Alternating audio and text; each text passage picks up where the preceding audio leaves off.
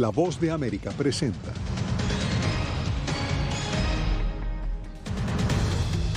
Ucrania sigue sumando expresiones de apoyo de la comunidad internacional ante posible invasión rusa. Pfizer espera aprobación de su vacuna contra el COVID-19 para menores de 5 años. Además, presidente de Colombia explica la llegada de venezolanos deportados desde Estados Unidos. Se sueltan del bote, deciden salir del bote, morirse. Y el colombiano que sobrevivió al naufragio cerca de las Bahamas narra su odisea.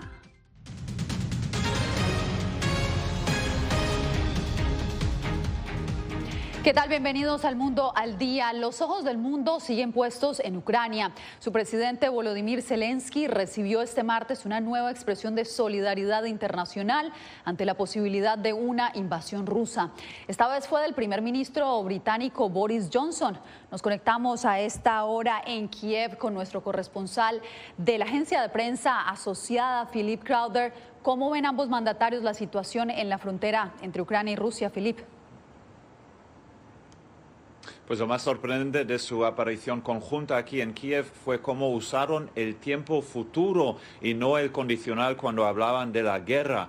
Esta va a ser una guerra europea, una guerra en toda regla. Esas son las palabras del presidente ucraniano Volodymyr Zelensky. El primer ministro Boris Johnson dijo que el ejército ucraniano va a dar una batalla feroz y sangrienta. Él también prometió sanciones en el momento, dijo él, en que la primera puntera rusa cruce más en territorio ucraniano. Boris Johnson también es uno de los líderes europeos, uno de muchos que vienen aquí a la capital ucraniana para mostrar su apoyo a Ucrania. Él va a tener una llamada muy importante este miércoles con el presidente ruso Vladimir Putin. La tensión es evidente, Philip, pero tú que estás allá, ¿cómo se vive en estos momentos en la capital ucraniana? Pues el espectro de Putin se cierne sobre Ucrania. La verdad es que estamos aquí bastante lejos del frente en el este, en la región de Donbass, pero hay otra frontera a solo unos 170 kilómetros de aquí, la frontera con Bielorrusia, y ahí también hay una presencia masiva de tropas rusas. La gente aquí en Kiev está intentando hacer sus cosas normales, diarias, pero también se están preguntando qué sucederá y dónde y cuándo. Hay muchos aquí que tienen miedo, pero que también dicen que están listos para defender a su país, y de hecho hay bastantes civiles que ya se están ejercitando con ex oficiales del ejército ucraniano, por si acaso. Philip, te agradezco por el reporte y entre tanto los esfuerzos diplomáticos continúan buscando una salida política a la crisis en Ucrania, pero el camino aún no está claro, especialmente después de la conversación de este martes entre el líder de la diplomacia estadounidense y su homólogo ruso. Celia Mendoza ha estado atenta de esta información. ¿Ha habido algún proceso diplomático, Celia, en las últimas horas? Hasta el momento sabemos que avanzan las negociaciones entre los Estados Unidos, Rusia y la OTAN y regresarán a la mesa de conversaciones en Berlín la próxima semana bajo el formato de Normandía. Sin embargo, no hay avances significativos. Se espera que la Casa Blanca pueda estar preparando una opción para presentarle al gobierno ruso, mientras todavía no reciben el documento de respuestas por parte de Moscú, después de haber entregado una carta explicando cuáles eran las posiciones referentes a las peticiones hechas por Vladimir Putin. En las trincheras de Solote, en la región de Luhansk, en Ucrania. Sí. No dispararon durante 3 días. 3 días fue la última vez. La guerra continúa. De repente, atacaron con lanzagranadas y armas de fuego. Y para estos soldados ucranianos, la esperanza de que la diplomacia funcione es cada vez menor debido a la falta de resultados hasta el momento. El secretario de Estado, Antony Blinken, le reiteró este martes al ministro de Relaciones Exteriores de Rusia, Sergei Lavrov, el compromiso de su país con la integridad territorial y soberanía de Ucrania. El secretario instó a la desescalada rusa inmediata y la retirada de tropas y equipos de las fronteras de Ucrania. Hizo hincapié en que una mayor invasión de Ucrania tendría consecuencias rápidas y severas e instó a Rusia a seguir un camino diplomático. Advertencia que se da mientras soldados y equipo militar ruso siguen llegando a Bielorrusia en la frontera con Ucrania, sin dar muestras de que Moscú busca reducir las tensiones, y desde donde el presidente Vladimir Putin expresó su inconformidad. No vimos una respuesta adecuada a nuestras 3 demandas clave: impedir la expansión de la OTAN, no desplegar sistemas de armas de ataque cerca de las fronteras rusas y devolver la infraestructura militar de la OTAN en Europa a las posiciones de 1997. Mientras Putin asegura que no le han puesto atención a sus demandas y preocupaciones de seguridad, esto refiriéndose a Estados Unidos y la OTAN, el Departamento de Estado y su portavoz indicó que ellos no responderán a estas declaraciones de Vladimir Putin. Están esperando una respuesta formal del documento que fue entregado, y esto podría así dar una respuesta mucho más amplia a las preocupaciones que por ahora se mantienen frente a la posibilidad de una invasión de Rusia a Ucrania. Seguiremos atentos al desarrollo de esta información. Celia, muchas gracias.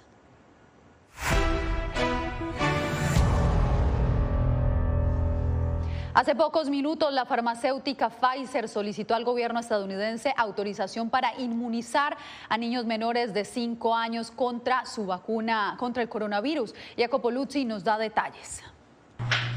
Se espera que la farmacéutica Pfizer solicite en las próximas horas a la Administración de Alimentos y Medicamentos de Estados Unidos la autorización de una vacuna contra el coronavirus para niños menores de 5 años, con un régimen de 2 dosis. Una tercera suministración está en estudio. La autoridad sanitaria estadounidense, una vez recibida la solicitud, podría autorizar la vacuna para finales de febrero. En Estados Unidos, cada grupo de edad por encima de los 5 años es ya elegible para vacunas, mientras la variante Omicron ha provocado un fuerte aumento de infecciones entre todas las edades, incluidos los niños. Lamentablemente, estamos viendo que las tasas de hospitalizaciones aumentan para los niños de 0 a 4, niños que aún no son elegibles para la vacunación contra el COVID-19. Entre tanto, la FDA otorgó la aprobación total este lunes a la vacuna contra el coronavirus de Moderna, la segunda más utilizada en Estados Unidos y la segunda en recibir la aprobación regulatoria total. Esta aprobación llega después de que la vacuna Pfizer obtuviera la luz verde federal el pasado agosto. Entendemos que para algunas personas la aprobación de la FDA de esta vacuna puede infundir confianza adicional al tomar la decisión de vacunarse. También la farmacéutica Novavax, con su vacuna base proteica que no utiliza la tecnología ARN, presentó los documentos para obtener la aprobación en Estados Unidos. Jacopo Luzzi, Voz de América, Washington. Legisladores de California acordaron restablecer una legislación que les da licencia médica remunerada a empleados enfermos de COVID-19. La medida será de gran beneficio para la comunidad trabajadora de bajos ingresos, muchos de ellos latinos. Verónica Villafañe nos trae el reporte. El auge de casos positivos y hospitalizaciones causados por la variante Omicron en la más reciente ola de infecciones tuvo un impacto directo en la fuerza laboral de California. Durante el último mes, el número de californianos que no pudo trabajar a causa del COVID-19 aumentó por un 320%, según análisis del Centro de Políticas y Presupuesto de California. Desde otoño del año pasado, más del 60% de trabajadores latinos y afroamericanos perdieron ingresos durante la pandemia. Eric Saucedo es analista de la organización no partidista. Lo que implica este número es de que todas estas familias no pueden quedarse o permitir quedarse sin ingreso, aún si están enfermos y necesitan quedarse en casa. Es por eso que legisladores y el gobernador de California acordaron restablecer legislación de pago por enfermedad por COVID-19, bajo la cual empleadores tendrán que darle a los trabajadores hasta 2 semanas de licencia remunerada para recuperarse del COVID-19 o cuidar a un familiar infectado con el virus. Una ley similar expiró en septiembre del 2021. Al extender la licencia por enfermedad a los trabajadores esenciales con COVID y apoyar a las empresas de California, podemos ayudar a proteger la salud de nuestra fuerza laboral y garantizar que los negocios y nuestra economía puedan prosperar. La licencia por enfermedad sería retroactiva para cubrir las ausencias relacionadas con el COVID-19 desde el 1 de enero y se extenderá hasta el 30 de septiembre. Los negocios obtendrían hasta $6.000 millones en recortes de impuestos. Verónica Villafañe, Voz de América, Los Ángeles. Cambiamos de información porque a Colombia llegaron 2 ciudadanos venezolanos tras ser expulsados de Estados Unidos.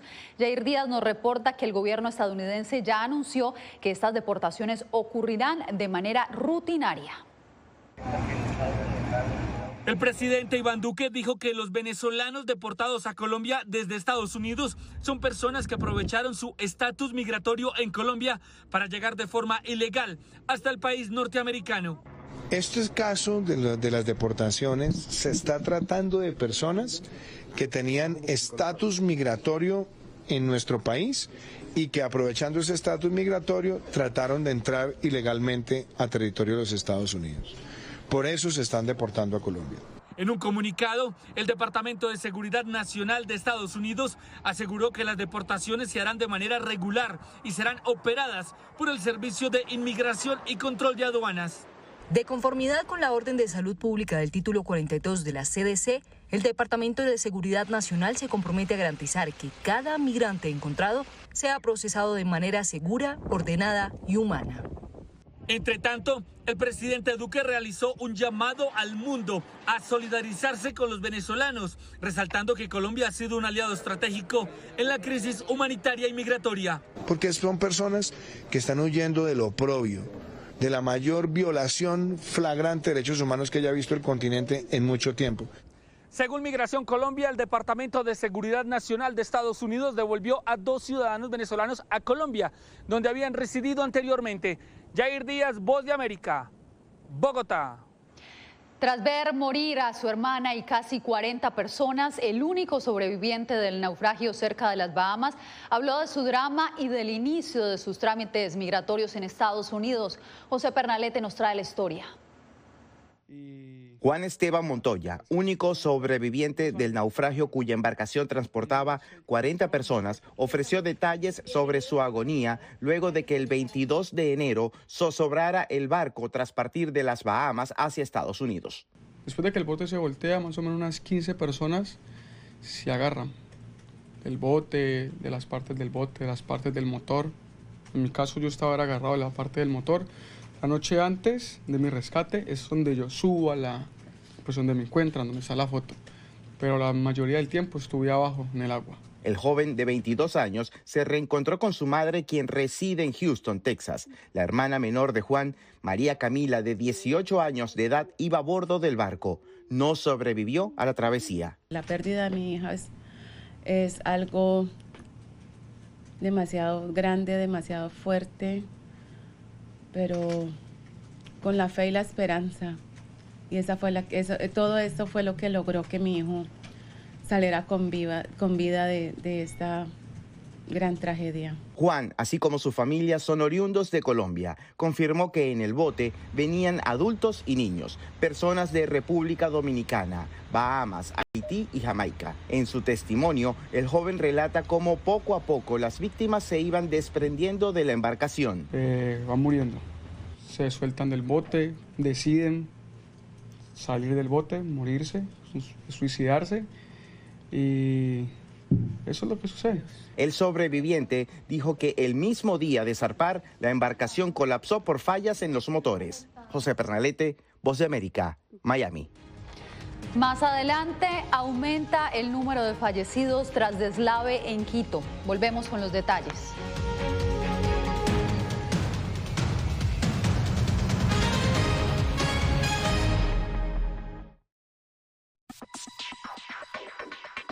Sabemos que las mascarillas son una de las mejores herramientas para protegernos del COVID-19, pero con la aparición de nuevas variantes, los expertos están descubriendo que no todas las mascarillas cuentan con el mismo nivel de protección.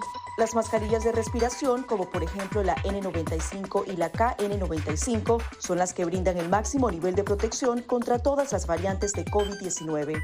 Las mascarillas N95 son certificadas en Estados Unidos y tienen correas que van alrededor de la cabeza, mientras que las mascarillas KN95 se fabrican en China y cumplen las normas creadas por ese país, La segunda mejor opción son las mascarillas quirúrgicas desechables. Asegúrese de que estas tengan un buen ajuste en la nariz, la boca y el mentón, múltiples capas de material no tejido y una varilla nasal. Si no tiene otra opción, use una mascarilla de tela de por lo menos 2 capas y sin válvulas de ventilación u otras aberturas.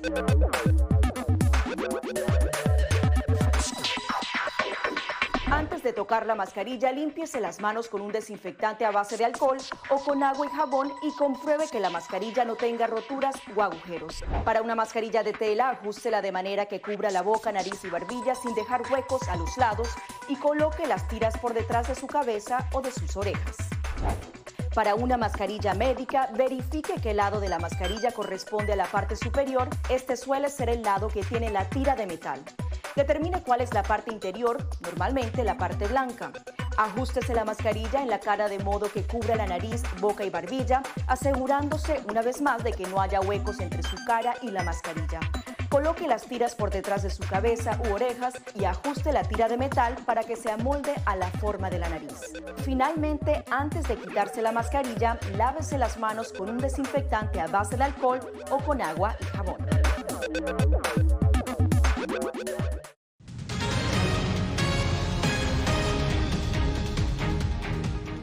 Al menos 20 personas perdieron la vida en las últimas horas debido a un deslave en Quito. Néstor Aguilera se encuentra a esta hora en el lugar de la tragedia. Néstor, ¿cuál ha sido la respuesta de las autoridades?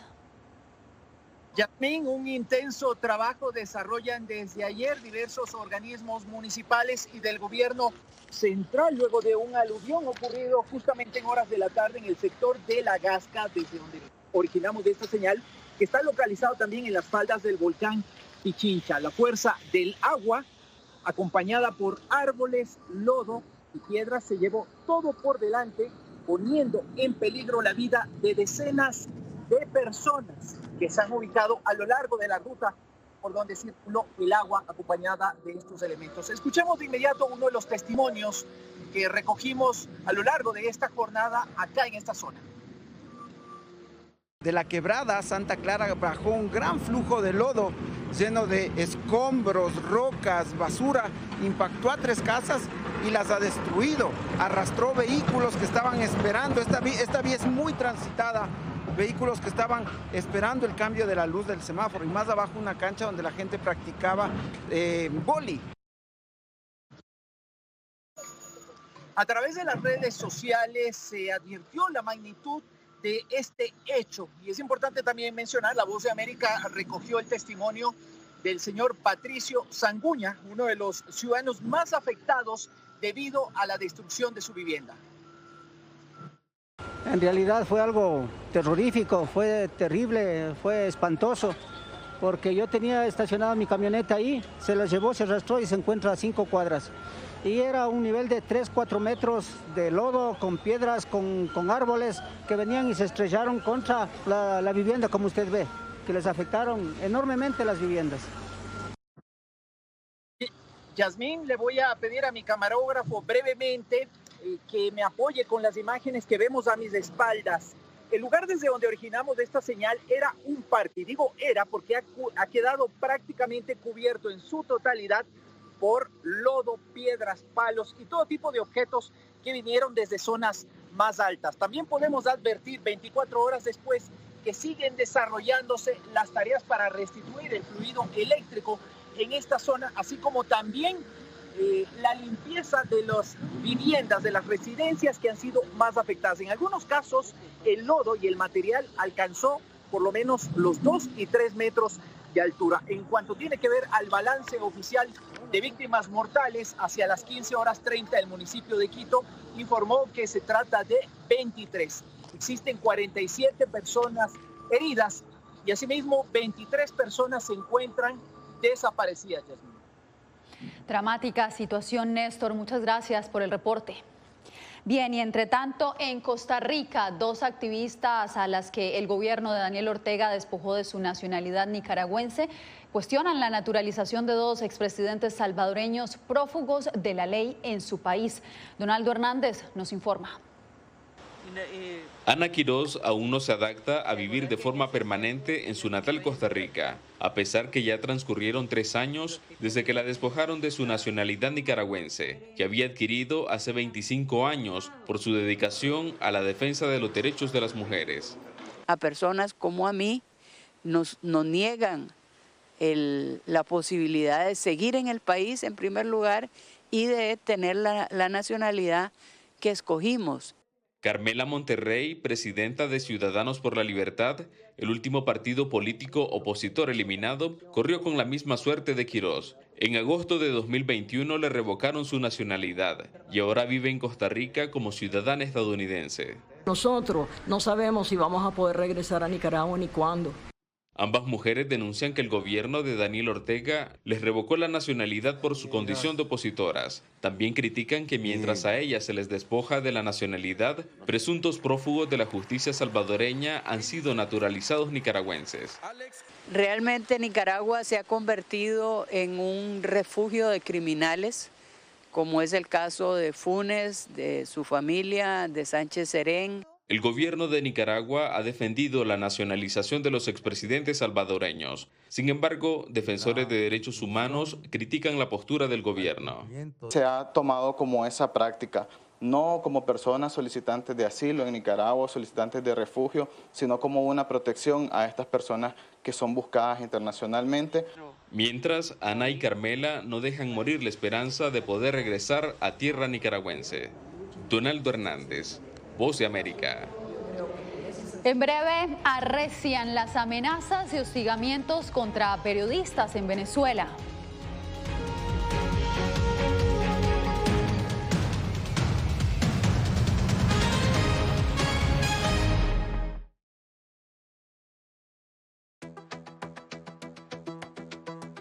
En momentos de crisis políticas y sociales, algunos gobiernos autoritarios recurren al bloqueo del acceso a Internet como herramienta para detener la información que entra o sale de su país.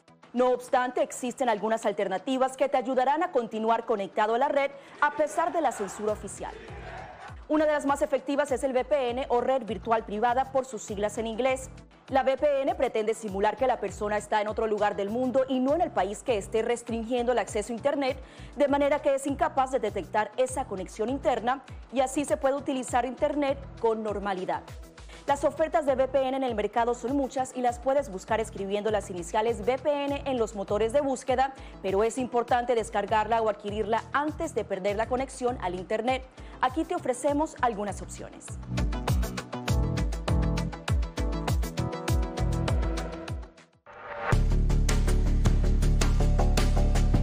Durante el brote del COVID-19, los estafadores pueden tratar de aprovecharse de personas vulnerables a través de diversos métodos que van cambiando con frecuencia. Es posible que lo contacten por teléfono, correo electrónico, mensajes de texto, correo postal o redes sociales. Ten cuidado con ofertas de kits de supuestas pruebas caseras, curas milagrosas o pruebas inmediatamente accesibles. Response Act has made coronavirus testing more accessible immediately.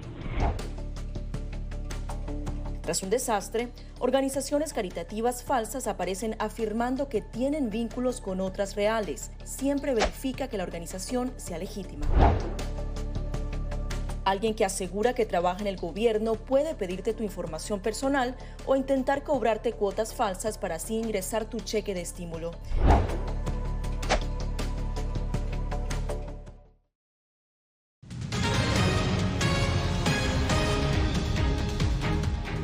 En Venezuela, periodistas independientes denuncian que cada vez más se agudiza el control social por parte del gobierno de Nicolás Maduro. Desde Caracas, Álvaro Elgarra nos da más detalles. Desde inicios de año, trabajadores de la prensa y defensores de la libertad de expresión han condenado una campaña de descrédito y hostigamiento en Venezuela contra comunicadores sociales por parte de funcionarios y personas allegadas al gobierno de Nicolás Maduro. Aquí van unos cuantos, ¿eh? Se buscan por ladrones todos, papá. Luis Carlos Díaz, Naki Soto, Carla Angola. Carlos Correa, director de la ONG Espacio Público, alertó sobre lo que considera como un patrón de amedrentamiento y hostigamiento en contra de los trabajadores de la prensa independiente. Después hay patrones donde, por ejemplo, después de una descalificación en un canal del Estado, inmediatamente se le abre un proceso judicial a los periodistas.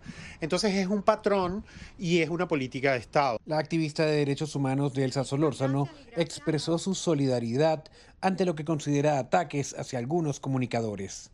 Cuando se viola de manera sistemática la libertad de expresión y el derecho a la información y se ataca a una población determinada, a una población civil determinada concreta, por una razón determinada concreta, y esto se hace, repito, de manera sistemática, estamos hablando de un crimen de lesa humanidad. De igual forma, a través de un comunicado, se alertó a la comunidad internacional sobre las intenciones del gobierno de Nicolás Maduro de arremeter y encarcelar al dirigente Juan Guaidó y otros representantes de la oposición.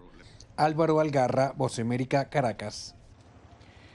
Cuando regresemos, una comunidad en Colombia emprende un proyecto para comerciar el carbono de sus bosques. Les contamos de qué se trata al volver.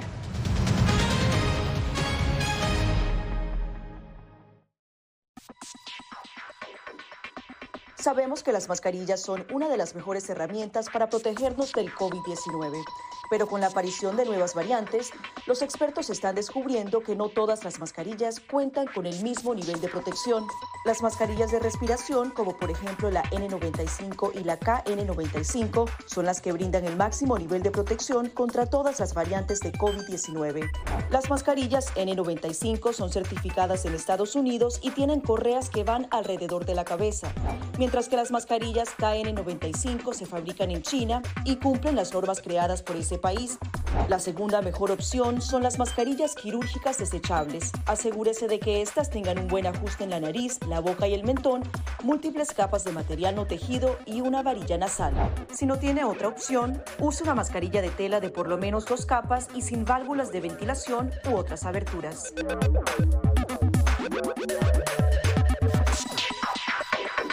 Antes de tocar la mascarilla, límpiese las manos con un desinfectante a base de alcohol o con agua y jabón y compruebe que la mascarilla no tenga roturas o agujeros. Para una mascarilla de tela, ajústela de manera que cubra la boca, nariz y barbilla sin dejar huecos a los lados y coloque las tiras por detrás de su cabeza o de sus orejas. Para una mascarilla médica, verifique qué lado de la mascarilla corresponde a la parte superior. Este suele ser el lado que tiene la tira de metal. Determine cuál es la parte interior, normalmente la parte blanca. Ajústese la mascarilla en la cara de modo que cubra la nariz, boca y barbilla, asegurándose una vez más de que no haya huecos entre su cara y la mascarilla. Coloque las tiras por detrás de su cabeza u orejas y ajuste la tira de metal para que se amolde a la forma de la nariz. Finalmente, antes de quitarse la mascarilla, lávese las manos con un desinfectante a base de alcohol o con agua y jabón. Una recóndita población del Pacífico colombiano recibe dinero a cambio de no talar sus numerosos árboles. Diva Lizeth Cash visitó Bahía Málaga para mostrarnos cómo la venta de bonos de carbono puede beneficiar a comunidades indígenas, afrodescendientes y campesinas de esta región. Algunas de las esperanzas de la Cumbre Climática 2021 para la protección del planeta están aquí, en Bahía Málaga. 83.000 hectáreas de bosque tropical del Pacífico colombiano que acumulan gran cantidad de carbono para la creación del oxígeno. Su comunidad dejó de talar árboles y en cambio vende bonos de carbono por parcelas por alrededor de $6 la unidad. De 25 por 25 diámetros. Y eso permite darnos un promedio, digamos, dependiendo del diámetro de los árboles, 1,5 toneladas o 2 toneladas de carbono. Desde la lógica de que ahora estoy conservando, históricamente conservado, pero ahora aparece compensación. La estrategia es liderada por Páramos y Bosques, una inversión de la Agencia para el Desarrollo Internacional de Estados Unidos, que hace 4 años busca que la industria le compre a Bahía Málaga bonos de carbono para mitigar su huella de contaminación. Es más o menos un promedio de 400.000 créditos o carbono que se evita que salga a la atmósfera. Durante más de 300 años, estos bosques han sido talados, pero ahora las comunidades están cambiando esta actividad por líneas económicas como agricultura, ecoturismo y unidades de negocios. Arcesio Ballesteros taló árboles durante 40 años. Con una compensación de alrededor de $5.000 entregado por el proyecto, cambió la motosierra por una tienda de abarrotes, ayudando a conservar el bosque tropical en Bahía Málaga. Ya no trabajo tan duro, me meto con algo de comer, necesito un congelador necesito unos paneles solares. Según los líderes del Consejo Comunitario, a 30 años se evaluará la permanencia del ecosistema con la venta del carbono de sus bosques y la compensación del proyecto, que por ahora le permite prácticamente vender oxígeno al mundo. Diva Lizeth Cash, Voz de América, Bahía Málaga, Colombia. Qué interesante iniciativa. Con esto nos despedimos por hoy. Gracias por su sintonía. Nos vemos nuevamente mañana aquí en El Mundo al Día. Les informó Yasmín López.